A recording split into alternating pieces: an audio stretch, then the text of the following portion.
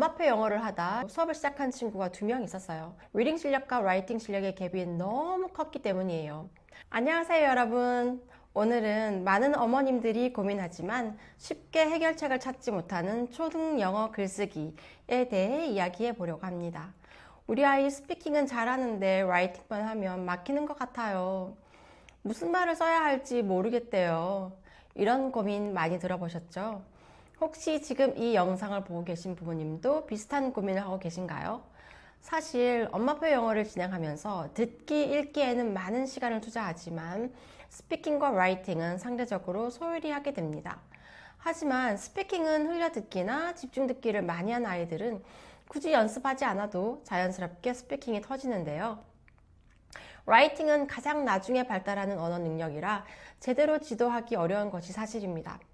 스피킹은 많이 들으면 자연스럽게 나오는데 라이팅은 많이 읽는다고 자연스럽게 잘 써지지 않더라고요. 영어 글쓰기는 단순히 문장을 쓰는 것이 아니라 자신의 생각을 체계적으로 정리하는 능력을 배양하는 데 매우 중요합니다. 하지만 대부분의 가정에서 영어 글쓰기를 언제 어떻게 시작해야 할지 모르고 혹 안다고 하더라도 아이들에게 영어 글쓰기의 흥미를 유발시키기가 어렵습니다. 이런 문제 때문에 많은 부모님들이 학원이나 전문가의 도움을 찾게 되는데요. 적절한 자료와 체계적인 접근법이 있다면 효과적인 영어 글쓰기 지도가 가능합니다. 저도 저희 아들에게 흘려듣기, 원서 읽기, 한글책 읽기는 하루의 루틴으로 잘 잡았는데 라이팅은 시키기가 쉽지 않더라고요. 그 전 영상에서도 말씀드렸는데 우리 제이는 고집이 있는 아이랍니다. 제가 좀 순둥순둥한 아이였으면 제가 집에서 라이팅까지 잡아주지 않았을까 합니다만 저는 우리 아들에게 선생님이기보다 엄마이고 싶기 때문에 제이를 우리 학원 수업에 넣었습니다. 좀 이따 저희 학원에서 라이팅을 순차적으로 어떻게 진행하였는지 알려드릴게요. 집에서 진행할 수 있는 부분이고요. 몇 년 전에 엄마표 영어를 하다 저희 학원에 레벨 테스트를 받고 수업을 시작한 친구가 2명 있었어요. 제가 이 두 친구를 기억하는 이유는 리딩 실력과 라이팅 실력의 갭이 너무 컸기 때문이에요. 저도 엄마표 영어를 할 때 리딩 레벨과 라이팅 레벨을 꼭 같이 가져가야 한다고 생각하지 않아요. 하지만 적어도 말할 수 있는 것을 그대로 쓸 수는 있어야 한다고 생각해요. 아무튼 당시 5학년이었던 이 아이들은 리딩은 SR 5점대 word count 6만짜리 Warriors 같은 책을 읽으면서도 쓰기는 아예 안 되는 친구들이었어요. 쓰기가 아니라 기본 스펠링이 안 되니까 아이들이 엄청 스트레스 받아 하면서 다녔었어요. 아이들이 하기 싫어한다고 집에서 쓰기 연습을 전혀 안 시켜 놓으니까 이 아이들이 수업 시간에 쓰기 관련해서는 아예 시도도 안 하려고 해서 원어민 선생님이 너무 힘들어했던 기억이 강하게 남아있어요. 그래서 우리 제이는 라이팅을 잘하는 것은 바라지도 않고 적어도 말이 되든 안 되든 말하는 만큼 주저리 쓸 수 있게는 만들어줘야겠다라는 생각을 했습니다. 지금 제이는 3학년이고 글쓰기를 그렇게 잘하지는 않지만 쓰기 시간을 힘들어하거나 부담스러워하지는 않는 정도의 레벨이에요. 그럼 우리 제이가 집에서 혹은 학원에서 쓰기를 어떻게 진행했는지 글쓰기 베이직 5단계를 말씀드릴게요. 1단계는 파닉스 단어 쓰기입니다. 1, 2점대 리더스를 스스로 읽을 수 있고 파닉스 규칙을 배우고 있는 유치원생이나 초등 1학년 정도의 아이라면 파닉스 단어 쓰기를 하는 것이 좋습니다. 파닉스 규칙이 그대로 적용되는 단어들을 가지고 스펠링 테스트를 하는 건데요. 파닉스 내용은 위 카드의 영상 자료를 참고하세요. 우리 아이가 현재 사용하고 있는 파닉스 교재로 집에서 테스트해 주시면 됩니다. 당시 제이는 얼리 챕터를 읽고 챕터북 집중 듣기 할 때였던 것 같은데 엄마랑 게임식으로 진행했어요. 엄마가 불러주는 단어를 화이트보드에 써보는 식으로 했어요. 6, 7세쯤에 했는데 우리 아들은 화이트보드에 글쓰기를 너무 즐거워했기 때문에 이 방식이 효과가 좋았던 것 같아요. 저희 학원 1, 2학년 아이들은 리더스 읽기와 파닉스를 동시에 진행하는데 파닉스 규칙에 맞는 단어를 하루에 5개에서 10개씩 테스트하고 있어요. 파닉스 읽기가 탄탄하면 하루에 10단어 정도 쓰는 것이 별로 어렵지 않습니다. 저희 1학년 아이들 0점대, 1점대 리더스 읽는 아이들의 단모음 테스트 사진을 보여드릴게요. 그냥 선생님이 cat 이라고 말하면 t니까 cat, cat를 쓸 수 있는 정도의 실력이면 됩니다. 2단계는 베껴쓰기 필사입니다. 고집센 제이는 베껴쓰기를 너무 싫어해서 이 단계를 짧게 진행하고 지나갔습니다. 저희 학원 1, 2학년 아이들도 베껴쓰기 하고 있습니다. 베껴쓰기 하는 책은 아이들이 유창하게 읽을 수 있는 짧은 리더스입니다. 저희 학원에서 베껴쓰기를 진행하는 리더스는 스콜라스틱 기초 리더스 A, B, C 단계인데요.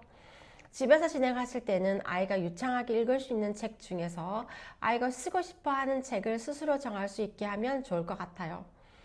하루에 한 문장을 써도 되고 한 페이지를 써도 되고 아주 짧은 스토리는 한 권을 필사해도 됩니다. 아이들 성향과 나이에 따라 얼마나 쓸지 결정하시면 되는데 제 생각에는 얼마나 많이 쓰는 게 중요한 게 아니라 한 문장이라도 매일 쓰는 것이 좋은 것 같아요. 저희 학원 1학년 아이들은 영어 공책 넓은 칸 한 페이지 정도의 양을 매일 쓰고 있습니다. 3단계는 단어 배열하여 문장 만들기입니다. 저희 학원은 Scholastic Scrambled Sentences라는 교재를 사용하고 있는데요. 이 교재는 총 4권으로 구성되어 있습니다. Scrambled Alphabet, Scrambled Phonics, Scrambled Sight Words, Scrambled Word Families 이렇게 구성되어 있는데요. 각 교재별 난이도는 없지만 저희는 Phonics, Sight Word, Word Families 이렇게 이 순서로 3권 사용하고 있어요. Scrambled Sight Words 안에 내지를 잠깐 보여드릴게요. Grades K2라고 되어 있는 것은 K, 유치원생부터 2, 초등 2학년 정도의 아이들에게 이 교재가 적절하다는 뜻이에요. 이 그림에 어울리는 문장을 만들면 되는데 문장은 대문자로 시작하니까 turtle, 마침표 있는 zoo를 마지막에 놓고 문장을 만들면 turtle goes to the zoo 이렇게 하면 됩니다. 오리고 붙이며 해도 되는데 우리의 목적은 writing에 있기 때문에 초등학생이면 쓰기로 진행하면 더 좋을 것 같습니다. 이 교재는 집에서 사용하면 참 좋은 것 같아요. 특히 저학년 여자아이들은 색칠하기를 좋아하기도 하고 한 페이지에 한 문장이라 엄마표로 진행하기 편한 교재라고 생각합니다. 이 교재는 amazon.com에 로그인하셔서 검색어 Scholastic Scrambled Sentences 라고 쓰시고 전자책으로 구입하시면 집에서 프린트해서 쓰실 수 있습니다. 하루에 2-3문장 아니면 3-4문장 정도 쓰게 하면 좋을 것 같습니다. 4단계는 받아쓰기와 아주 쉬운 주제로 글쓰기입니다. 4단계 글쓰기는 글을 잘 쓰게 하는 테크닉을 배운다기보다는 내가 말로 할 수 있는 것을 그냥 써본다는 개념이에요. 2단계는 설득력 있는 글쓰기가 전혀 아니고 아주 쉬운 주제를 가지고 스스럼 없이 쓰게 하는 것이 목표예요. 아주 쉬운 주제 글쓰기로 Write Beginners를 추천드려요. Write Beginners는 총 3권, 각 권별로 8개의 주제로 구성되어 있습니다. 일주일에 한 편 쓰기를 하면 7개월 반 정도의 시간에 3권을 완성할 수 있습니다. 글쓰기를 그렇게 즐겨 하지 않는 우리 아들도 쉽게 해낼 수 있었던 책입니다. 특히 저희는 이 교재의 라이팅 모델을 받아쓰기로 진행했는데 파니스가 탄탄한 대부분의 저학년 아이들이 거뜬히 해냈습니다. 같은 내용으로 받아쓰기를 매일 한 번씩 4번 한 후에 스스로 글쓰기가 들어가기 때문에 초안 쓰기를 힘들이지 않고 해낼 수 있었어요.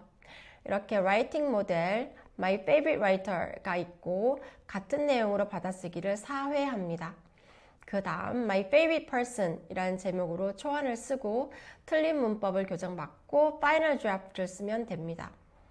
4단계까지는 2점대 리더스나 얼리 챕터를 읽는 친구들이 할 수 있는 레벨이고 라이팅에 대한 두려움을 없애는 것을 목표로 하는 것이 좋습니다. 굳이 교정을 봐주지 않아도 된다고 생각하는데 혹시 교정이 필요하면 챗 GPT를 이용하면 될 것 같아요. 챗 GPT 덕분에 유사일에 영어 공부하기 편한 세상이 되었습니다. 읽기 수준이 챕터북이 아직 안 되는데 Write Beginners 3이 끝난 아이들은 일주일에 한 편 자유주제 글쓰기를 하면 될 것 같아요. 무엇을 써야 할지 모르겠으면 챗 GPT에게 이렇게 물어보세요. 챗 GPT로 들어가서 초등학교 3학년 남자아이가 글쓰기에 좋은 흥미로운 주제를 영어로 50개 뽑아줄래? 라고 쳐볼게요.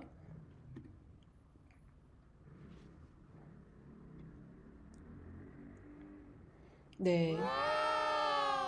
이렇게 주제별로 너무 잘 주제를 뽑아주잖아요.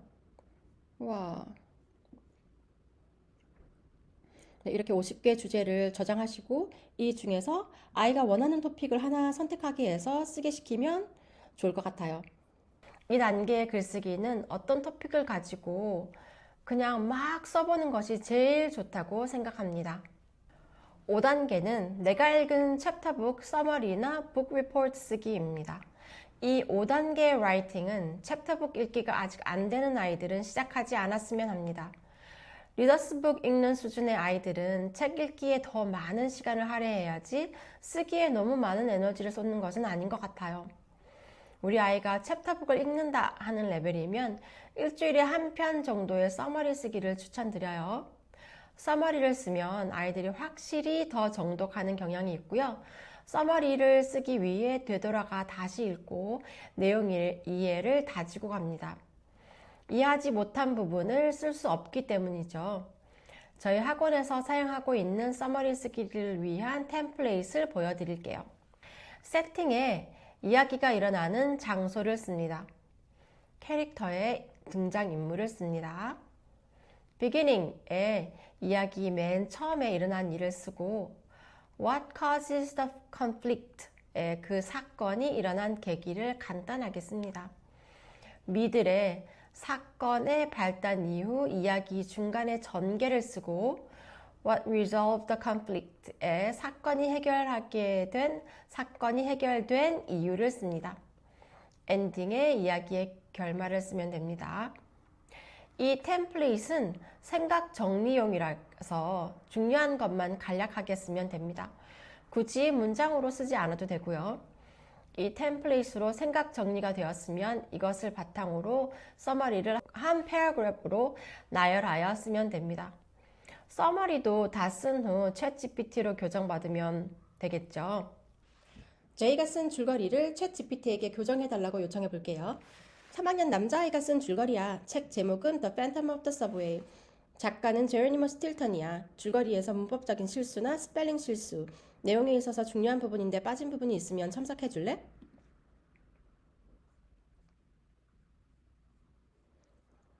그랬더니 수정된 글이 나오고 수정 첨삭 포인트 정리, 내용 안에서 빠진 부분, 총평 이런 식으로 잘 첨삭되어서 나옵니다. Summary Writing 템플릿이 필요하신 분들은 고정 댓글을 클릭해 주세요. 6단계는 풍성한 글쓰기입니다. 2단계부터 찐 전문가의 도움이 필요한 읽는 재미가 쏠쏠한 글쓰기인데요. 근데 2단계 라이팅을 하려면 적어도 쉬운 소설 읽기가 되어야 합니다. 6단계부터는 다음 영상에서 소개해 드릴게요. 사실 리더스나 챕터북을 읽는 아이들의 라이팅은 얼마나 잘 쓰느냐 보다 얼마나 자주 쓰느냐가 훨씬 더 중요하다고 생각합니다. 글쓰기 베이직 5단계를 다시 정리해 볼게요. 1단계, 파닉스 단어 소리 나는 대로 쓰기. 하루에 5개에서 10단어 정도. 2단계, 내가 유창하게 읽을 수 있는 리더스 필사하기. 영어 공책으로 한 바닥 정도. 3단계, 스콜라스틱 스크램블드 센텐스 단어 조합하여 문장 만들어 보기. 하루에 2개에서 4개. 4단계, 아주 쉬운 주제로 막 써보기. 가능하면 받아쓰기도. 일주일에 1개. 5단계, 챕터북 서머리 쓰기. 일주일에 1개. 오늘 말씀드린 글쓰기의 1단계에서 4단계는 초등 1, 2, 3학년 아이들, 5단계는 챕터북 읽을 수 있는 아이는 누구나 시도해 볼 수 있을 것 같은데요. 혹시 이미 해보신 분이 계시다면 어떤 효과가 있었는지 또는 어떤 어려움이 있으셨는지 댓글로 공유해 주세요. 오늘도 긴 영상 시청해주셔서 감사합니다.